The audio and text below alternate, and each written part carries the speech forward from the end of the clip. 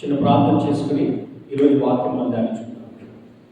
మహోన్నతుడ, మహాపరిశుద్ధుడ, గొప్ప దేవుడ తండ్రి, మీ ఆత్మ ద్వారా, మీ వాక్యం ద్వారా మీరే మాతో మాట్లాడవలసిందిగా, మమ్మలను ముందుకు నడిపించవలసిందిగా యేసుక్రీస్తు వారి అతి పరిశుద్ధ నామంలో మిమ్మల్ని ప్రార్థించి ప్రతిమాలను వేడుకుంటున్నాము.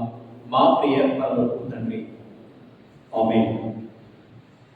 ఏమండి, ఈరోజు మన యొక్క వాక్యాంశంగా 1 కొరింథీ పత్రిక 1వ అధ్యాయము 27వ వచనాన్ని మనం తీసుకున్నాం. God chooses the weak to shape the strong. ఏంటండి? God chooses the weak to shape the strong. ముందుగా 1 కొరింథీ పత్రిక 1వ అధ్యాయము 27వ వచనం చదువుకుందాం.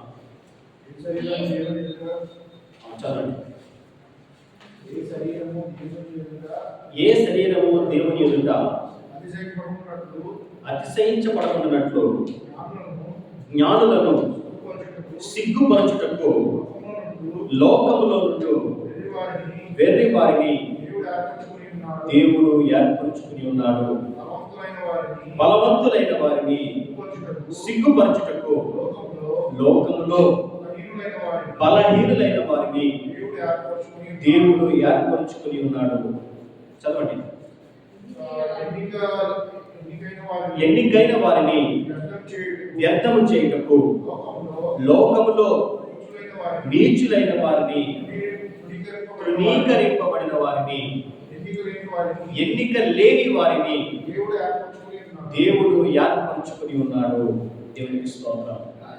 హల్లెలూయా. God chose what is foolish in the world to shame the wise.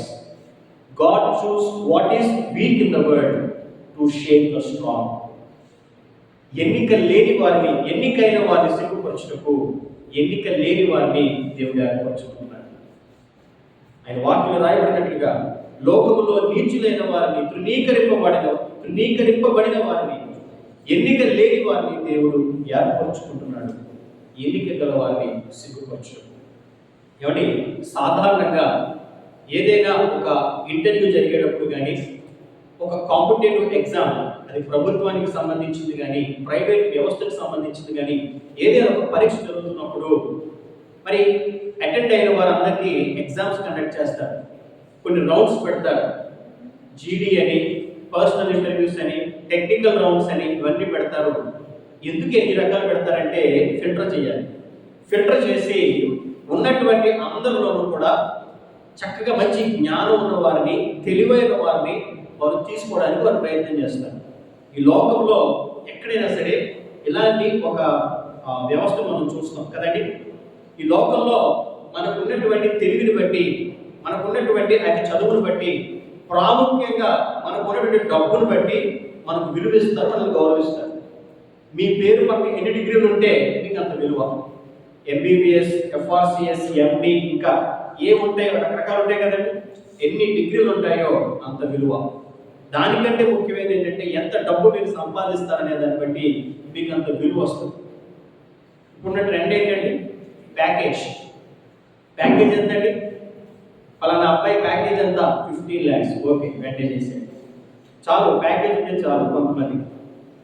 అలాగా ఈ లోకం వాటికి విలువిస్తుందండి. కానీ ఈ లోకం విలువించిన వాటికి దేవుడు విలువ ఇవ్వట్లేదు.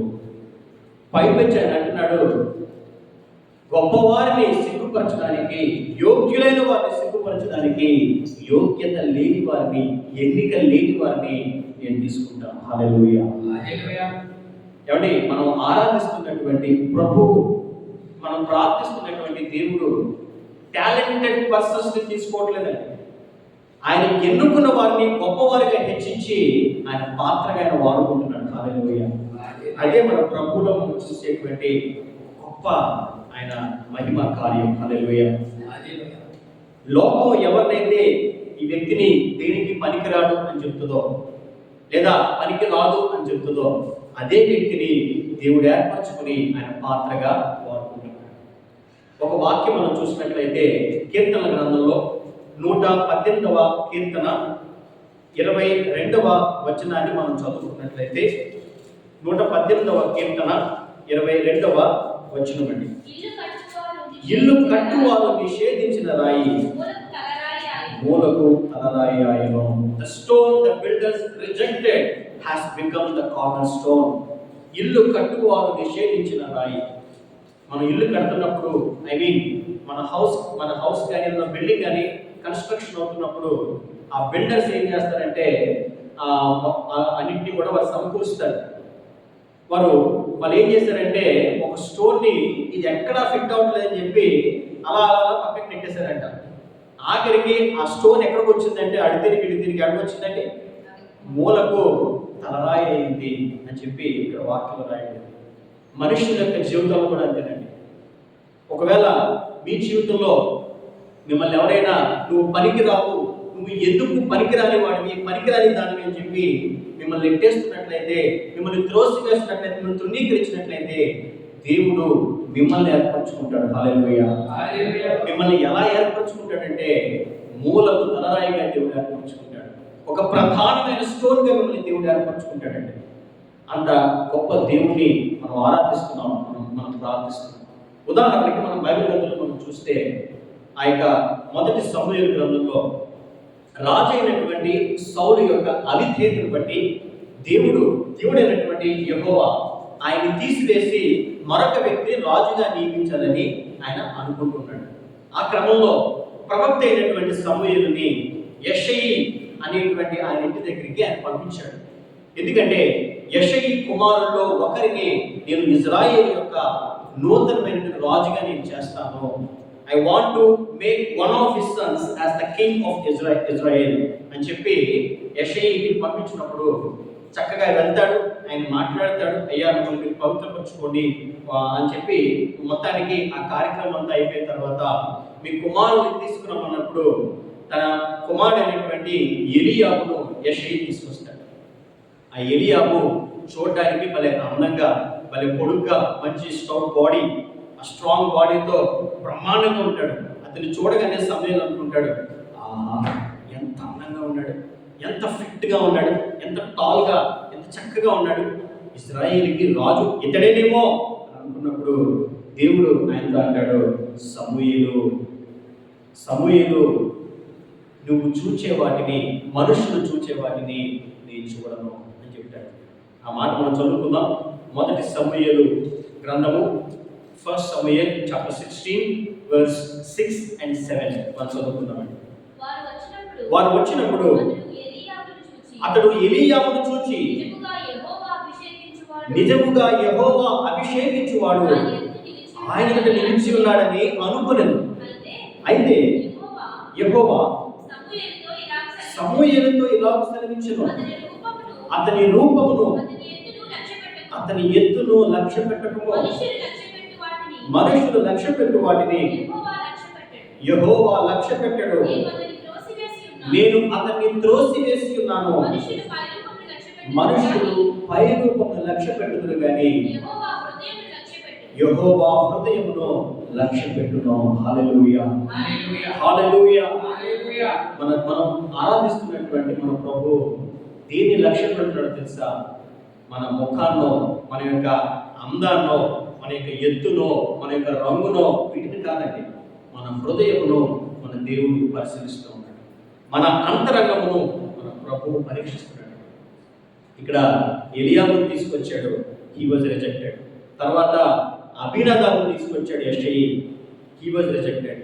తర్వాత షమ్మాను తీసుకొచ్చాడు, ఆయన కూడా నో. ఇలాగా తనకు ఉన్నటువంటి ఆ 7 కుమారులను తీసుకొచ్చాడు, 7 కుమారులు కూడా నో నో నో. అయ్యా ఇంకా నీకు కుమారులు ఎవరు లేరా అంటే ఉన్నాడంటే ఒక అసలు ఉన్నాడు అంటే ఎక్కడ ఉన్నాడంటే ఎక్కడికో గొర్రెలు కాసుకుంటూ ఉంటాడంటే అంత అబ్బాయి ఎందుకంటే లేదు నువ్వు తీసుకురా, నేను వెయిట్ చేస్తానని చెప్పి దావీదు వచ్చేంత వరకు కూడా సమూయేలు తండ్రి అయినటువంటి యెషయా అందరూ ఎదురు చూస్తుంటారండి. ఎప్పుడైతే దావీదు ఆ యొక్క గదిలోనికి, ఆ ఇంటిలోనికి ప్రవేశిస్తాడో ప్రభు అంటాడు, ఇదిగో ఇతడే, నేను ఏర్పరచుకున్నటువంటి నూతనమైన రాజు ఇతడే అని చెప్పి ప్రభు చెప్తారండి. హల్లెలూయా. ఆ మాట మనం చదువుకుందాం. 12వ వచనంలో అతడు రాగానే నేను కోరుకున్నవాడు ఇతడే, నీవు లేచి వారిని అభిషేకించమని యెహోవా సెలవీయగా. ఈ విధంగా దేవుడు ఆనాడు పై రూపమును బట్టి కాదు కానీ, టాలెంట్స్ని బట్టి కాదు కానీ, హోదాని బట్టి, ఉద్యోగాన్ని బట్టి, డబ్బును బట్టి, ప్రాముఖ్యతను బట్టి, అందాన్ని బట్టి కాదు కానీ, హృదయమును బట్టి, ఆ యొక్క అంతరంగమును బట్టి ఆనాడు దావీదును దేవుడు ఏర్పాటు చేసుకున్నాడు. ఈరోజు మన అందరితో దేవుడు మాట్లాడుతున్నాడు. ప్రతి ఒక్కరితో దేవుడు మాట్లాడుతున్నాడు. ఆయన మన హృదయాన్ని పరిశీలన చేస్తాడు. ఒకవేళ ఆయన సన్నిధిలో మన హృదయం నిష్కల్మషమైందైతే, నిర్మలమైందైతే, యథార్థమైందైతే మనల్ని దేవుడు ఏర్పరచుకుంటాడు, మనల్ని దేవుడు అభిషేకిస్తాడు, మనల్ని దేవుడు హెచ్చిస్తాడు. హల్లెలూయా, హల్లెలూయా. వాస్తవానికి ఈ ఎలీయాబు, అబీనాదాబు, షమ్మా వీళ్ళందరూ కూడా ఒక మంచి హోదాలో ఉన్నారు. ఆ ఇజ్రాయెల్ రాజ్యంలో, ఆ మిలిటరీ బేస్లో చక్కని మంచి పోస్టులలో ఉన్నారు. వాస్తవం చెప్పాలంటే ఈ దావీదు ఏం చేస్తున్నాడు? గొర్రెలు కాసుకుంటున్నాడు. కాబట్టి గొర్రెలు కాసుకునే వాడికి అసలు ఎవరైనా వాల్యూ ఇస్తారో చెప్పండి. మనం కూడా చూస్తూ ఉంటాం కదా, గొర్రెలు కాసుకునే వాళ్ళు గొర్రెలు తోలుకుంటూ వెళ్తూ ఉంటారు. కనీసం వాళ్ళు ఎవరైనా ఆపి ఎవరైనా ఎక్కడి నుంచి ఏమైనా అడుగుతారా? అసలు వాళ్ళు ఎవరైనా పట్టించుకుంటారా? అంటే పెద్దగా వాళ్ళు ఎవరైనా పట్టించుకోరు. అలాగా దేవుడు వారి యొక్క చేసేటువంటి ఆ పనిని బట్టి కాదు, వారి హృదయాన్ని బట్టి వారిని దేవుడు ఏర్పరచుకుంటాడు. ఒక్కొక్క మాటలో చెప్పాలంటే, లోకం వేటికైతే విలువనిస్తుందో, లోకం వేటైతే విలువనివ్వట్లేదో, దేవుడు వాటికి విలువనిస్తున్నాడు. హల్లెలూయా. లోకం వేటినైతే తృణీకరిస్తుందో, పక్కన పెట్టేస్తుందో, దేవుడు వాటిని ప్రధానమైనటువంటి అంశాలుగా తీసుకుంటున్నాడు. మరి ముందుగా మనం చూస్తే మత్తయి సువార్త 5వ అధ్యాయం 8వ వచనంలో, మాథ్యూ చాప్టర్ 5:8 ఆ వాక్యం మనం చదువుకున్నట్లయితే, హృదయ శుద్ధి గలవారు ధన్యులు, వారు దేవుని చూచెదరు. ఈ మధ్య కాలంలో నేను యూట్యూబ్లో నేను చూసాను ఏంటంటే ప్రొఫెషనల్ పాలిటిక్స్ అంటే ఏంటంటే ఆ యొక్క కార్పొరేట్ పాలిటిక్స్ అంట. నేను చూడగానే ఇదేంటో బాబు అనుకున్నాను నేను. అందులో ఆయన ఏమంటాడంటే, ఆయన ట్రైనర్ అంట. దేనికి ట్రైనర్ అంటే పాలిటిక్స్ చేయడానికి ట్రైనర్ అంట. ఎక్కడ? ఆఫీసులో. ఇదేదో కొత్తగా ఉందని చెప్పి చూస్తే, మీకు office politics can ruin your career. ఈ ఆఫీస్ పాలిటిక్స్ కూడా మీకు తెలిసి ఉండాలి, అందులో మీకు మంచిగా ట్రైనింగ్ ఇస్తాం అని చెప్తున్నారు. ఉద్యోగం చేసేవారు ఉద్యోగం చేయాలి, పాలిటిక్స్ ఎందుకు చేయడం? కానీ మీరు జాగ్రత్తగా గమనించండి, ప్రతి చోట దే ఆర్ మేకింగ్ పాలిటిక్స్. చాలా బాగా ఇదివరకు రాజకీయ నాయకులు మాత్రమే చేసేవారు ఈ రాజకీయ పాలిటిక్స్ అని. ఇప్పుడు ప్రతి ఒక్కరూ చేసేస్తున్నాడు. ఇలాగా ఈ పాలిటిక్స్ చేయడము, అవతల వాళ్ళ మీద వీళ్ళకి నిందలు మోపడం, ఈ రకంగా అవతల వ్యక్తిని పాడు చేసిన ప్రయత్నం అన్నీ కూడా హృదయంలో ఉన్నటువంటి కల్మషాలన్నీ అన్నీ కూడా. మరి అలాంటి మనుషుల్ని దేవుడు ఎన్నిటికీ ఏర్పరచుకోవాలి. నిన్ను దేవుడు ఏర్పరచుకోవాలి, నిన్ను ఒక ప్రత్యేకమైన పాత్రగా నియమించాలి అని అంటే మొదట నీ హృదయం శుద్ధిగా ఉండాలి. ఇక్కడ వాక్యంలో స్పష్టంగా రాయబడింది, హృదయ శుద్ధి గల వారు ధన్యులు, వారు దేవుణ్ణి చూచెదరు. హల్లెలూయా. దాని అర్థం ఏంటంటే, ఒకవేళ నీ హృదయము శుద్ధి అయి కాకపోతే నీ జీవితంలో నువ్వు దేవుడిని చూడలేవు, నీవు దేవునికి దూరంగా జీవిస్తావు. జాగ్రత్త అని దేవుని వాక్యంలో చెప్తున్నాడు. మొదటిది ఏంటంటే, హృదయ శుద్ధి గల వారు ధన్యులు, వారు దేవుడిని చూస్తారు. రెండవదిగా మనం చదువుకున్నట్లయితే లూకా సువార్త 18వ అధ్యాయంలో, లూకా సువార్త 18వ అధ్యాయము 10వ వచనం నుంచి మనం చదువుకున్నట్లయితే, నేను చదువుతున్నానండి, మొత్తం అక్కర్లేదు. ప్రార్థన చేయడానికి ఇద్దరు మనుషులు దేవాలయంలోకి వెళ్ళారు. వారిలో ఒకరు పరిసయ్యుడు, మరొకరు సుంకరి. ఈ వాక్యం అందరికీ తెలుసు. ఈ పరిసయ్యుడు మరియు సుంకరి దేవాలయానికి వెళ్ళి ప్రార్థన చేస్తారండి. మొదట పరిసయ్యుడు ప్రార్థన చేస్తూ, ప్రభువా, నేను చోరులను, అన్యాయస్తులను, వ్యభిచారులైనటువంటి ఈ మనుష్యుల వలె ఉండకూడనట్లు, ఈ సుంకరి వలె ఉండకూడనట్లు ఉంచినందుకు మీకు కృతజ్ఞతలు చెల్లించుచున్నాను అని చెప్తున్నాడండి. ఎంత అహంకారం అండి, ఎంత గర్వం! అవతల వ్యక్తులు పోలుస్తూ ఈ నీచుడిలాగా, ఈ నికృష్టుడిలాగా, లేకపోతే ఆ దరిద్రుడిలాగా, ఈ సుంకరిలాగా అని చెప్పి నువ్వు ప్రార్థన చేస్తావా?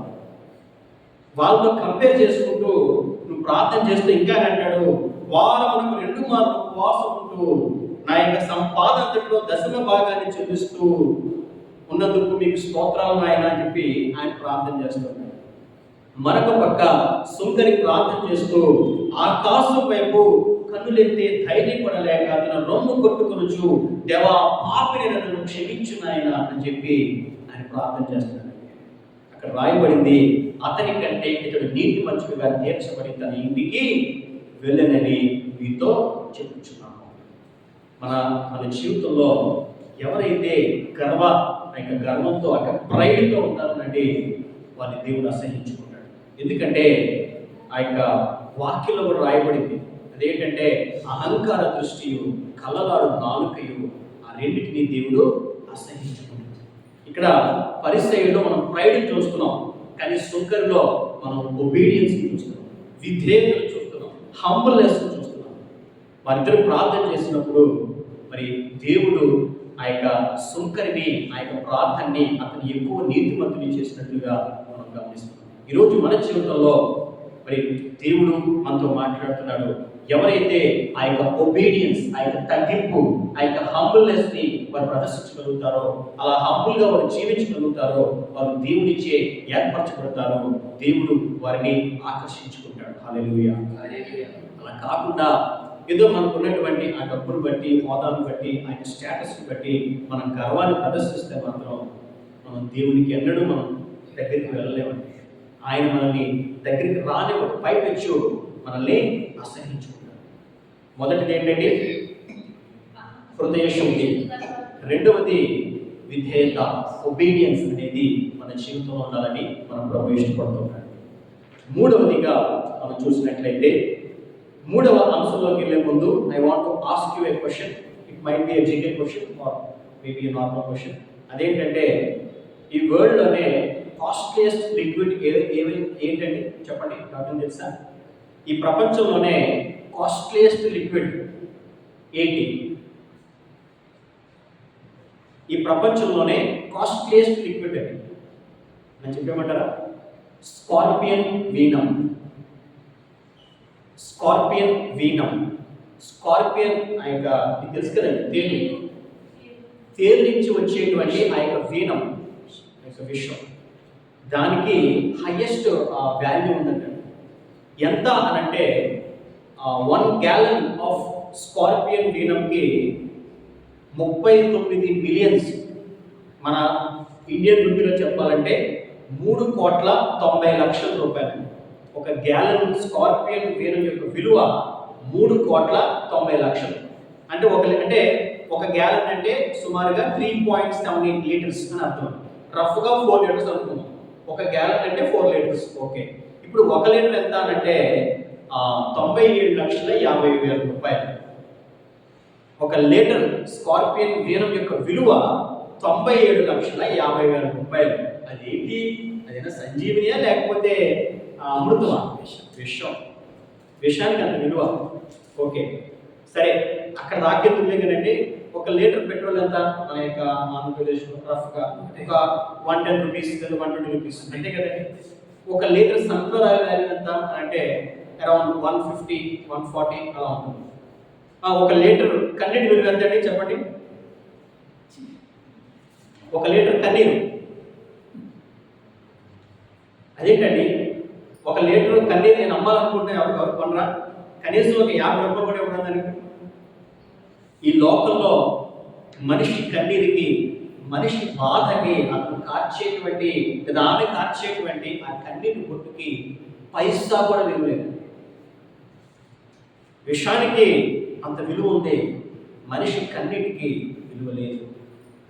దేన్నైతే ఈ లోకం విలువ ఇవ్వట్లేదో, దేనికైతే ఈ లోకం విలువ ఇవ్వట్లేదో, దేవుడు ఆ కన్నీటికి గొప్ప విలువనిస్తున్నాడు. హల్లెలూయా. కీర్తనల గ్రంథంలో 56వ కీర్తన 8వ వచనం మనం చదువుకుంటే, ఒకసారి 56వ కీర్తన 8వ వచనం చదువుకున్నట్లయితే, నా సంచారములు నీవు లెక్కించి ఉన్నావు, నా కన్నీళ్లు నీ బుడ్డిలో నుంచబడి ఉన్నవి, అవి నీ కవిలలో కనబడును కదా. ఏమంటే ఇక్కడ వాక్యం రాయబడింది, you have collected all my tears in your bottle and you have recorded each one in your book. నా కన్నీళ్లను నీ బుడ్డిలో నుంచబడి ఉన్నవి అవి నీ కవిలలో కనబడదు కదా అని దేవుడు చెప్తున్నాడు. ఈ లోకం దేనికైతే విలువ ఇవ్వట్లేదో వాటికి దేవుడు అత్యున్నతమైనటువంటి విలువ ఇస్తున్నాడు. హల్లెలూయా. ఒక్కొక్కసారి మన కన్నీటికి మనమే విలువ కదండి. ఎవరైనా వారి కన్నీటిని ఇలా పెట్టి దాచుకుంటారా అని ప్రభు మన ప్రతి కన్నీటి పొట్టును ఆయన దాస్తున్నాడు. ఈజ్ రికార్డింగ్, అన్నిటిని రికార్డ్ చేస్తాడు తన కవిలో, తన పుస్తకంలో అన్నిటిని కూడా దేవుడు నోట్ చేస్తున్నాడు. ఆ విధంగా మన జీవితంలో ఆ కన్నీరు కార్చి ప్రార్థించేటువంటి అనుభవం ఉండాలని దేవుడు ఆయన వాక్యం ద్వారా చెప్తున్నాడు. కన్నీరు కార్చడం అంటే ఇందులో 2 రకాలు ఉందండి. అవతల బాగుపడిపోతుంటే కొంతమంది కన్నీరు కాస్తారు చూసారా, ఆ కన్నీరు కాదు. అవతల ఎదుగుతుంటే వాళ్ళని చూసి ఈర్ష్యతో కన్నీరు కాస్తారు కొంతమంది, ఆ కన్నీరు కాదండి. ఆ యొక్క భారం కలిగి వారి జీవితాలు బాగుపడడం కోసం, లేకపోతే 10 మంది మేలు కోసం, దేవుని సువార్త ప్రకటించడం కోసము, ఒక మనిషిని నిలబెట్టడం కోసం కార్చేటువంటి కన్నీరు, యథార్థమైన కన్నీరు, సత్యమైన కన్నీరు. ఆ కన్నీటిని దేవుడు రికార్డ్ చేస్తాడు. అంతే తప్ప కన్నీరు కాటుదా కదా అని చెప్పి ఆ యొక్క అసూయతోనో ద్వేషంతోనో కార్చేటువంటి కన్నీరు అది కలెక్ట్ అవ్వబడదండి. ఈ విధంగా మన దేవుడు మనుషులు వేటినైతే ఎన్నిక చేయట్లేదో వాటిని దేవుడు ఎన్నిక చేస్తున్నాడు. హల్లెలూయా. 4వదిగా చివరిగా దేవుడు చెప్తున్నాడు, నీతి న్యాయములు కలిగినటువంటి జీవితం, రైచియస్నెస్. ఈ రైచియస్నెస్కి మనిషి ఎంత విలువిస్తాడు అంటే చెప్పలేమండి. ఇట్ మే వేరీ కదండి. ఏదైనా ఒక వ్యక్తి నీతిగా పాపం జీవిస్తున్నాడు కానీ ఎక్కువ సంపాదించలేకపోయాడంటే ఏముందండి నీతి లేకపోతే ఏమైంది, సంపాదించాలి కదా, నీతి ఏమన్నా కూడి పెడుతుందా అని చెప్పి అంటూ ఉంటారు కదండి. నీతి ఏమైనా కూడి పెడుతుందా అని చెప్పి అంటారు. అంతే తప్ప వాడు నీతిగా యథార్థంగా బతికాడని చెప్పి వారికి ఏమీ కూడా విలువ ఉండదు. కానీ దేవుడి వాక్యం చెప్తుంది మత్తయి సువార్త 5వ అధ్యాయం 6వ వచనంలో, నీతి కొరకు ఆకలి దప్పులు గలవారు ధన్యులని చెప్తుందండి. ఆ మాట మనం చదువుకుందాం. మత్తయి సువార్త 5వ అధ్యాయము, నీతి కొరకు ఆకలి దప్పులు గలవారు ధన్యులు, వారు తృప్తి పరచబడుదురు. హల్లెలూయా, హల్లెలూయా. ఎవరైతే నీతి కొరకు ఆకలి దప్పులు ఎప్పుడు వస్తాయండి? నీతి కొరకు నష్టపరచబడడానికైనా సిద్ధపడేటువంటి వ్యక్తుల్ని దేవుడు తృప్తి పరచాలని కనిపిస్తున్నాడు. హల్లెలూయా, హల్లెలూయా. ఆ విధంగా మన దేవుడు ఎన్నికైన వారిని సిగ్గుపరచుటకు ఎన్నిక లేని వారిని ఏర్పరచుకుంటున్నాడు. వేటినైతే లోకం ఎన్నిక చేయదో, వేటినైతే లోకం అసలు కన్సిడర్ చేయదో అలాంటి వాటిని దేవుడు ఏర్పరచుకుంటున్నాడు.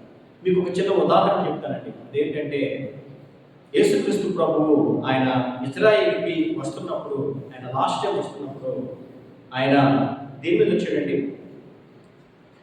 ఏనుగు మీద వచ్చాడా లేకపోతే గుర్రం మీద వచ్చాడా? వాస్తవానికి ఆయన నేను రాజుని అని ప్రకటించుకున్నాడు. ఎస్, ఆయన king. Jesus is king of kings, Lord of lords. ఆయన ఒక ఏనుగు మీద వస్తే చాలా హుందాగా ఉండేదేమో, ఆ రాజు ఏనుగు మీద వస్తాడని చెప్పుకునేవారు. లేదు ఒక గుర్రం మీద వస్తే, ఒక మంచి స్ట్రాంగ్ హార్స్ మీద వస్తే యేసుక్రీస్తు ప్రభు ఆ యొక్క గుర్రం మీద స్పీడ్గా రాజులో వస్తున్నాడని చెప్తారు. కానీ ఆయన దేని మీద వచ్చాడండి? గాడిదని ఎవరైనా ఎక్కొస్తారండి? గాడిదని వెట్టి చాకరీలకు మాత్రమే వాడేవారు ఆ రోజులో, ఆ యొక్క బరువులు వహించడానికి. ఒక తృణీకరింపబడినటువంటి ఒక జీవిగా కేవలము బరువులకు మాత్రమే ఇది ఉపయోగపడుతుంది, ఇది దేనికి ఉపయోగపడదు అనే జంతువు ఏదైనా ఉందంటే అది గాడిద. అలాంటి ఒక గాడిదను తృణీకరింపబడినటువంటి ఆ యొక్క జంతువును ఆయన తీసుకుని దాని మీద ఆశీనుడై ఆయన యొక్క ఇజ్రాయేలుకి ఆయన వచ్చాడు. ఈ విధంగా ఆయన తన ప్రేమను, తన కనికరమును ఆయన చూపుతున్నాడు. తృణీకరింపబడిన వాటిని ఆయన ఏ విధంగా ఏర్పరచుకుంటాడో, ఏ విధంగా ఎప్పుడైతే యేసుక్రీస్తు ప్రభు ఆ యొక్క ఇజ్రాయేలు ఆయన దేశానికి వస్తున్నాడో వాళ్ళందరూ ఏం చేస్తారంటే కింద కార్పెట్స్ వేస్తున్నారు, చక్కటి క్లాత్ వేస్తున్నారు, ఆ యొక్క అన్ని కూడా మంచి వేస్తుంటే యేసు ప్రభు దాని మీద తొక్కుకుంటూ వస్తున్నాడా, గాడి దాన్ని తొక్కుతూ వస్తుందో చెప్పండి. ఆయన ఆశ్రయుడై ఉన్నాడు. The donkey is walking on those clothes కదండి. అంటే ఆ ఘనతను దేవుడు ఆ రోజు ఆ జంతువుకి ఇచ్చాడండి, ఆ గాడికి ఇచ్చాడు. ఈరోజు మనల్ని ఈ లోకం గుర్తించుకోవచ్చు, మనల్ని మన సొంత వారే, మన కుటుంబీకులే మనల్ని ధృవీకరించవచ్చు, మనల్ని అవమానపరచవచ్చు. ఒరే నువ్వు ఎందుకు పనికిరావరా, నువ్వు ఎందుకు పనికిరావే అని చెప్పి మన ముఖం మీద అనొచ్చు, మనం ధృవీకరించవచ్చు. కానీ మనం నమ్ముకున్నటువంటి మన ప్రభు ఎన్నడూ మనం ధృవీకరించలేదు. ఆయన మనల్ని ఏర్పరచుకుంటాడు. ఆయన ప్రేమను బట్టి మనల్ని ఆయన స్వాగతిస్తాడు, స్వీకరిస్తాడు. మనల్ని గొప్ప పాత్రగా ఆయన వాడుకుంటాడు. కాకపోతే మన హృదయం నందు శుద్ధ హృదయం ఉండాలి. మన జీవితంలో విధేయత, ఒబీడియన్స్ ఉండాలి. మన జీవితంలో తగ్గింపు ఉండాలి. కన్నీరు కార్చి ప్రార్థించేటువంటి అనుభవం మన జీవితంలో ఉండాలి. నీతి న్యాయములు కలిగి జీవించేటువంటి వ్యక్తిగా మనం జీవించగలగాలి. అలాంటప్పుడు మన దేవుడు మనల్ని ఏర్పరచుకుంటాడు. మన ద్వారా జ్ఞానులను దేవుడు సిగ్గుపరుస్తాడు. దేవుడు తన పరిశుద్ధ వాక్కును దీవించి ఆశీర్వదించుకుంటాడు. ఆమేన్. ప్రార్థన చేసుకున్నాం. మహోన్నతుడా, మహాపరిశుద్ధుడా, గొప్ప దేవుడా తండ్రి, విత్తబడినటువంటి ఈ వాక్యము మా హృదయాల్లో నాటబడి ఫలింపచేయుటకు సహాయం దయచేయండి నాయనా. తండ్రి, నువ్వు ఎన్నికైన వారిని సిగ్గుపరచుటకు ఎన్నిక లేని వారిని ఏర్పరచుకుంటావు నాయన. ఆనాడు ప్రభువా తండ్రి, విద్య లేని పామలైనటువంటి అపోస్తలు నువ్వు ఏర్పరచుకున్నావు. ఆ 12 మందిని ఆ యొక్క జాలంలో నువ్వు ఏర్పరచుకున్నావు. వారి ద్వారా అద్భుతమైనటువంటి పరిచర్యలు మీరు చేశారు. వారి ద్వారా అనేక భాషలు మీరు మాట్లాడింపజేసి గొప్ప సువార్తలు మీరు ప్రకటింపజేశారు. అనేక అద్భుతాలు చేశారు నాయన. తండ్రి, ఈరోజు నాయన మేము కూడా మేము ప్రార్థిస్తున్నాం నాయన. మీ పాత్రగా ఉండాలని, మీకు ఇష్టలుగా జీవించాలని ఆశపడుతున్నాం నాయన. తండ్రి, మమ్మల్ని కూడా ఏర్పరచుకోండి, మీ పాత్రలుగా వాడుకోండి, మీ పనిముట్లుగా మమ్మల్ని స్వీకరించిన మీ కొరకు నమ్మకమైన సాక్షులుగా మమ్మల్ని మార్చండి. నజరేయుడైన యేసుక్రీస్తు నామములో మిమ్మల్ని ప్రార్థించి ప్రతిఫలం వేడుకుంటున్నాము మా ప్రియ పరమ తండ్రి. ఆమేన్, ఆమేన్, ఆమేన్. అందరికీ